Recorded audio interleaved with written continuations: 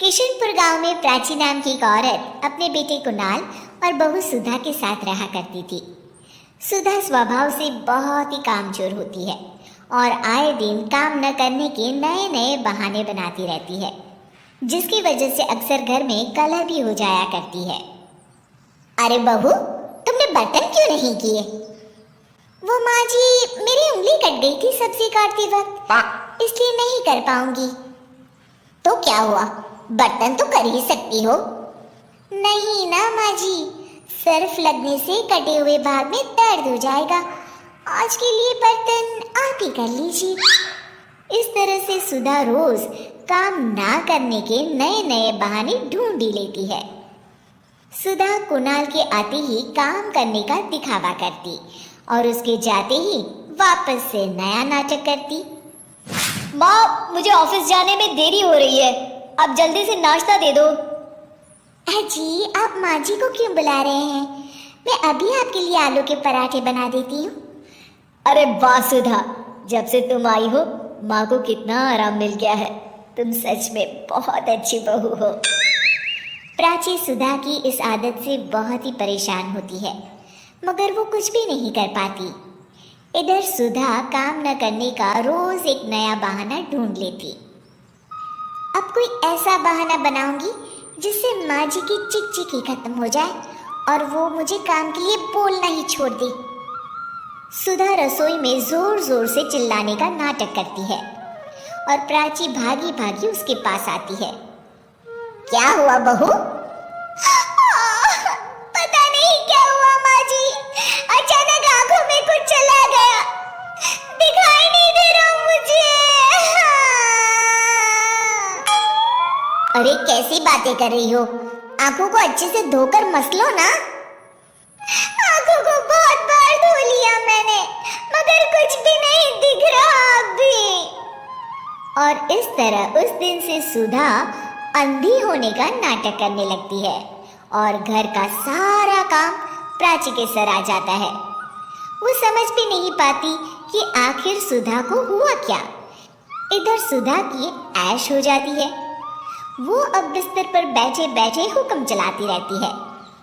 माँ जी, जरा चाय तो पिला दीजिए ना। हाँ बेटा। प्राची को शक हो जाता है कि सुधा नाटक कर रही है और वो अपने तरीके से पता लगाने की कोशिश करती है। प्राची घर में आई स्पेशलिस्ट डॉक्टर को बुलाती है। देखिए ना डॉक्टर साहब, मेरी इतनी प्यारी बहू को न जाने किसकी नजर लगी। हुआ क्या? अरे देख ही नहीं पा रही हो तो। क्या हुआ है आपको? पता नहीं डॉक्टर साहब, कुछ दिखाई नहीं दे रहा मुझे। ठीक है, मैं चेकअप करता हूँ। क्या हुआ है इसे? चेकअप में तो कुछ भी नहीं निकला है। इसका मतलब मेरा शक सही था, ये सिर्फ नाटक कर रही है। फिर भी डॉक्टर साहब, कोई तो इलाज होगा ना? सुधा घबरा जाती है। माँ जी, आप क्यों मेरी आंखों के पीछे पड़ गई है? मैं जिंदा हूँ, क्या ये काफी नहीं है?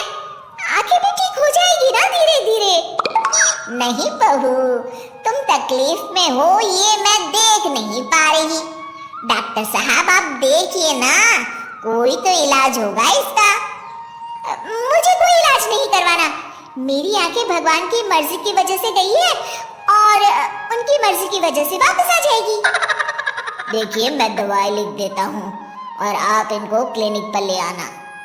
डॉक्टर तो चला जाता है, मगर सुधा अपने बिस्तर से टस की मस नहीं होती और अगले कुछ दिन भी प्राची को ही काम करते रहना पड़ता है। पानी सर के ऊपर से गुजर गया है, ये ऐसे नहीं सुधरने वाली। कुछ दिनों बाद प्राची कुछ काम से घर से बाहर गई होती है। हे भगवान, बहुत तेज भूख लगी है, पता नहीं माँ जी कब तक वापस लौटेगी। तब तक अपने लिए कुछ बना ही लेती हूँ। सुधा कुछ बना ही रही होती है कि तभी प्राची अचानक से लौट आती है।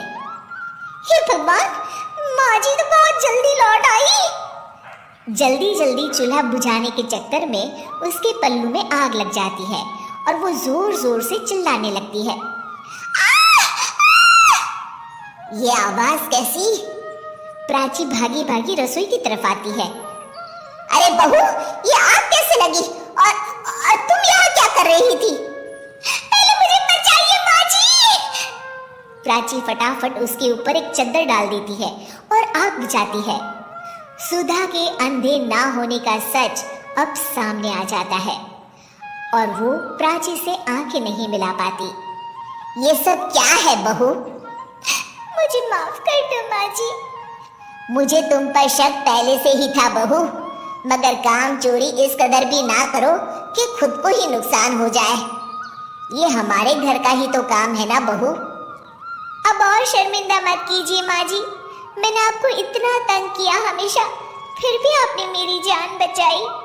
कोई बात नहीं बहू, सुबह का भूला अगर शाम को घर लौट आए ना तो उसे भूला नहीं कहते। चल अब अपने हाथ की चाय तो पिला दे जरा। जी माँ जी।